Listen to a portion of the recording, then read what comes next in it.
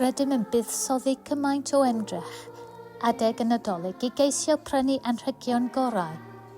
Ond yn aml, nid yw anrhygion mwyaf ddysturion i'w rhai drytaf, ond gallant fod yn eitha syml, efallai gan bobl neu lleoedd annisgwyl.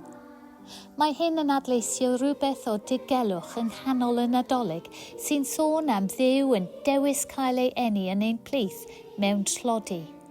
Duw gyda ni, yn dod â chariad, heddwch ac adnewyddiad gobaith. Mae hiraeth am obaith yn cael ei rannu gan y rai sy'n perthyn i gymunedau ffydd a rhai sy'n syml yn hiraethu am y byd ddod yn lle gwell.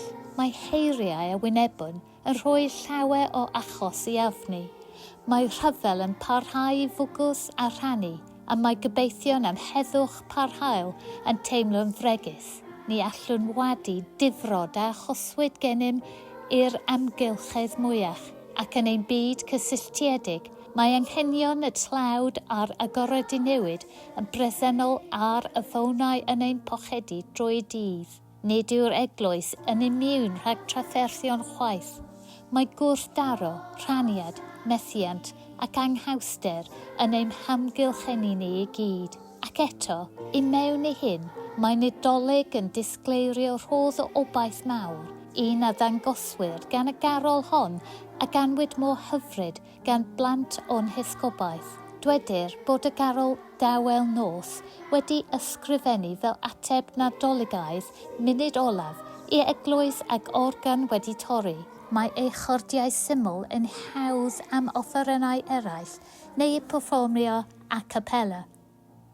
Lledaenodd yn gyflym ledled Ewrop, ac mae stori enwog am ddilwyr yn y rhyfel byd cyntaf yn canu hwn yn Ffrangeg, Saesneg ac Almaeneg o'r tu hwnt i fosydd yn ystod cadoediad Nadolig. Lle ydym yn teimlo ein bod wedi ein llethu gan broblemau'r byd, mae Nadolig yn ein hatgoffa nad yw ffyrdd annisgwyl Duw fel ein ffyrdd ni ein hunain. Nid mwy o rhym yw ateb Duw i drais ac ofn dynol, yn hytrach, mae'n fregisrwydd a thynerwch. Babi yn ddigon bach i'w dal, yn ddigon fregus i fod angen ei amddiffyn, ac eto, ddigon pwerus i newid y byd. Mae Nadolig yn cynnig chwyldro o dynerwch, rhodd anhygoel, rhodd sanctaidd. Bydded i'n holl galonau fod yn agor i dderbyn pŵer annisgwyl heddwch a gobaith Duw a Nadolig hwn.